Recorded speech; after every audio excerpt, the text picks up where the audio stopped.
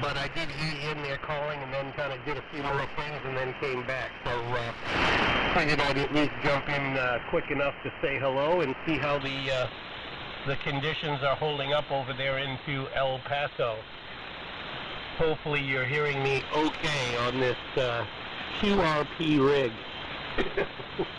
WA4QGA. Over to you, Dave. This is Kk6Irz. Okay, Jeff. Yeah, you and I talked just a couple of days ago. I looked at Hey, George. You've got the back door open. Makes me think of that 30K1 I have. Well, I got a lot of noise here, Jeff. I'm copying you pretty much. Before, I guess. USB, but when it's up, it's great. When it's down, it's just really noisy. I thought some kind of a front moving in. Maybe it's that sprinkling of snow they predicted. It seems like when it's, when the weather is whatever it is, I have a high noise level around here. Every once in a while, when life is really good, on 40 meters, my noise level drops to maybe about a 4. There's 20 meters over here, though. Oh, we were just talking about, like you mentioned, high-level plate modulation. But I'm beginning to appreciate just. Well, let's see. What am I trying to say? I'm not so religiously stuck on. It has to be done a certain way, like high-level plate modulation and all that kind of stuff. That's cool. And I got a couple of rigs like that. And that's what this one started out to be, as I think I mentioned to you before, but now I'm just running it as a linear, a Class B, grid-driven, running grid amplifier, and it's, I'm really impressed with it. Got fans on the filaments, got fans on the bulb, and it just sits in there with that nice, healthy orange color. It's just absolutely gorgeous. Speaking of this, I was talking about keeping your cat safe. Yeah, I spent a lot of money compared to, the rest of the amplifier, putting screen wire. I use that expanded metal because everything around here is safe. But I don't want my kitty cats getting into this. This thing is running at 4,200 volts right now. So I sure don't want them in there. I'm going to keep it short here, Jeff. I don't know how long we'll make it, but if USB just doesn't go wrong, we'll be fine. I remember the other night we were talking, you were like in the same room with me. But that's just Mother Nature for us, isn't it? Kk6Irz, WA4QGA. Okay, very good, Dave. And we have an addition in here, W6YEC George down in San Diego. Jumped in there to let me know he was out here on 40 meter AM. He may want to try to give you a call and say hello also. Well, you're up over the top of it over here, but I have very good hearing over here anyway. I hear everything at this location. Generally speaking, I don't really have a lot of noise, which is really nice. But I'm also I'm running QRP today, but that's the way I was running the other day too. Same with the homebrew rig. I'm not sure what you're running over there today, and great on the conversations of high-level plate modulation versus other ways to get it done. As far as I'm concerned right now, and really always have been, I was never one of those guys that it had to be high-level plate modulation, or it had to be a tube rig, or it has to be this, or it has to be that. I just like AM. And I have certain preferences that I like for my hobby, and that's the direction that I go in. But I don't I don't chastise anyone for going in any direction that they prefer that makes them happy within their hobby. That's for sure. And a lot of the new rigs, a lot of these new digital, software-defined radio stuff that are out there right now actually are providing some pretty good sounding AM. Not too bad. I mean, I think that I think they're a little bit restricted. Some of them have hard lockouts at 3 kc wide for audio. I think if if it's software defined, you should just leave that to be able to be defined. Why hard code that? So there's things like that, and there's a lot of stuff that's going on right now that actually that they're doing now, like the digital pre-distortion techniques and things like that to keep things clean. So there's a lot going on. I'm in process of building actually kind of some new technology, which is a 1 kilowatt carrier, 24 FET Class E transmitter for 80 meters. That's going to be a really fun rig to get on the air, and that's it's going to be all FET, all solid state. Yeah, Class E transmitter, PWM. For audio, and some nice protection circuits on it, and that'll be a fun little project, and that will give me kind of two ends of the technical spectrum there.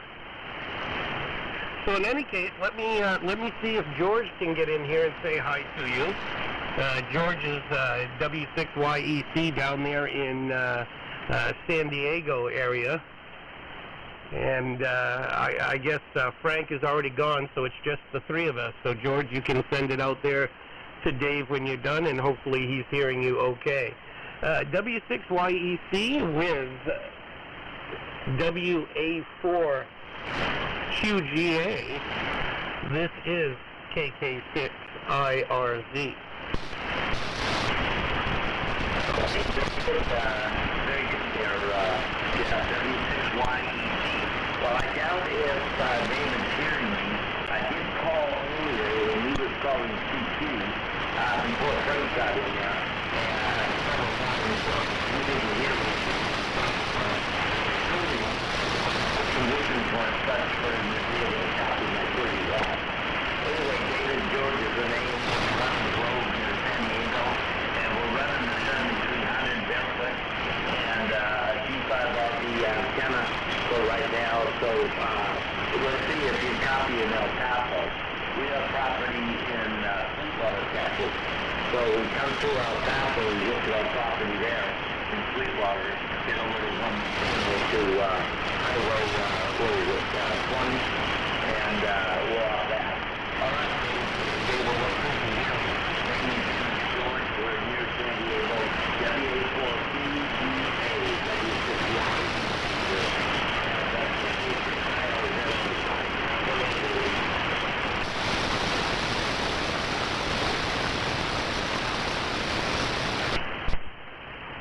Okay, Dave, yeah, George sent it over to you. I guess you're not hearing him.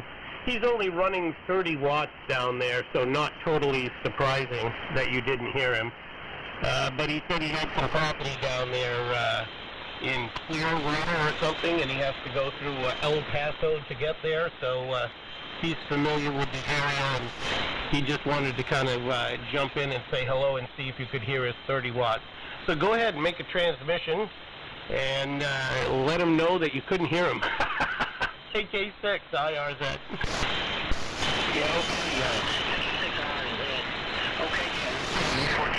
I'm sorry, I couldn't hear, I could look here on my spectroscope and I could see a serial carrier. I couldn't see the carrier, but I couldn't hear the audio out of it. So, I was quiet and he was handling here for us. Well, I don't stay here too much longer because I really ought to go get something to eat. I'm pretty off the, lifestyle here. I won't comment on something that caught my attention. Digital distortion. That's actually what I was kind of mentioning, I guess, in the last QSO there with Frank. Or maybe with you there, Jeff. I'm not sure. You'll mix every time there. you want a little bit of distortion. I've been having for a few years after retirement. I worked on the guitar amplifiers, and the guitar amplifiers, people want what they call crunch and overdrive and all that kind of stuff. Well, it's called distortion is what it's called. But they don't like it called distortion because it's creating tool for them, the overdrive, the crunch, the sag, and all that kind of stuff. I mean, it's frequency. I can rectify it like a 5 before. Anyway, I actually like a little bit of distortion, and maybe, I don't know if you're into audio, but we'll have to get into a deep discussion some of these days about the high-end audio and the SET, the single S triode stuff, where the harmonic profile looks like that of a sawtooth. What we like is for some way it's got a really simple harmonic, which has some push-pull on to it. And now, I guess it's kind of like spice. It's kind of like adding, sauce and salsa and salt and some whatever. Anyway, listen, Jeff, I'm going to pass it back to you. I'll listen later, but I'm going to have to get out of here. I'll tell you back to you a little bit later. I didn't write. What was the other man's name? Darn. I'm so bad about it. I know. I apologize that I wrote it down as W6Y. When I looked at it, I've got that down wrong. Trying to get 7-3 channel. I'll just for another minute. Kk6Irz at WA4QGA. Okay. WA4QGA. This is Kk6Irz. And yeah, the call that down in San Diego, that's George, and his call is a Whiskey 6 Yankee Echo Charlie W6YEC, and he was running, I think he said, his 7600 barefoot. So maybe 30 watts of carrier. So with the way the band is today and all that, not surprising that you couldn't hear him. But that's okay. And yeah, we're going to have to talk about stuff again. You were probably talking to Kevin about the digital pre-distortion. Is my guess. He's been talking about that quite a bit. And it's an interesting technology and all that type of thing, but it's nothing new. The way I was involved very closely with the project in the late 90s for creating the digital FM broadcast system. And that was one of the major problems was the technology that they were trying to do. The transmitters couldn't pass it. Too much distortion, too much intermod, too many problems. So they couldn't get it to work. I mean, they could get it to work on a small scale, but the minute you started trying to pump things up, it just couldn't handle. And the solution actually was we didn't call it digital pre-distortion because we didn't do it digitally. But based in hardware, what you did is you created an out-of-phase noise at the input of the amp so that they would cancel out and the intermods would drop down. So this whole digital pre-distortion technology that they're talking about now that they're using is really, the only thing new about it is that it's being done in the software because doing that type of operation was what was required to make the digital FM system work back in 1999.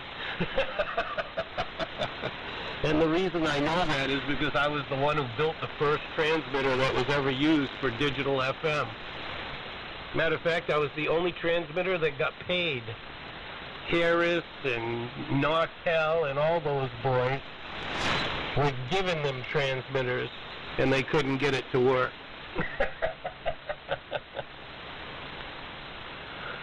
So yeah, we'll have to talk about that another time. But I don't know. Like I've said many times, the reason I like this old stuff is because my job was always high tech stuff.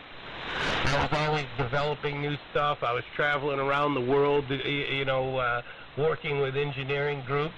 I didn't want to come home and work on the same stuff that I did all day long, But at the same time, I loved ham radios, so I just kind of got locked in with the old vintage gear, and I got locked in with AM, and it's a good group of people. Most of the AMers are builders and technical guys, so it's fun to have conversations and all that.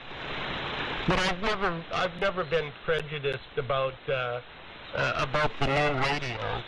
I will have to say that most of the radios from the 80s and the 90s, the ones that were made, dominantly for sideband, most of them don't sound very good on AM. So I think that created a stigma for a while with a lot of the old-time AMer guys. That rice box sounds so horrible. But, when it got to the 2000s and the 2005 and there was a lot of the new stuff coming out with new technologies and radios that were coming out that had okay sounding AM. It wasn't an afterthought anymore. There was actually some attention put into it. And I think that's true with a lot of these new radios, because I've heard some pretty good sounding AM on the new radios. The Super Senior being one of them. What is it? The Super Senior is a 375 watt carrier that modulates up to 12 or 1400 watts, whatever it is, of AM. And it's, it can be for two bands, 80 and 40, or it can be 160 and 80, whichever one you prefer. And I think the price tag is $1,400 to me. That's $1,400.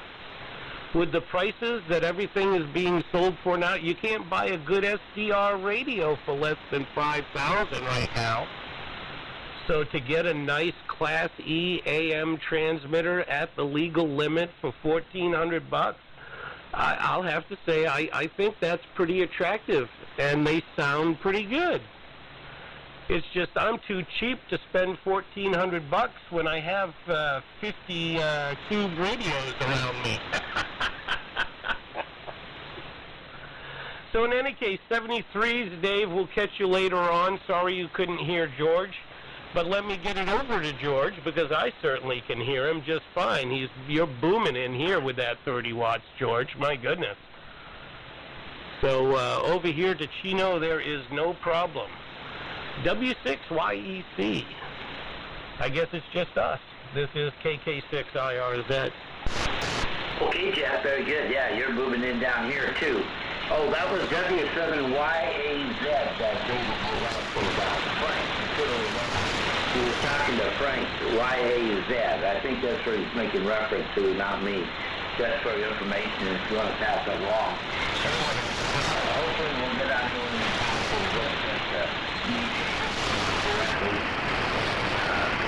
I had to work with this amplifier. It sounds like 30L1 setup. That's up here in the house.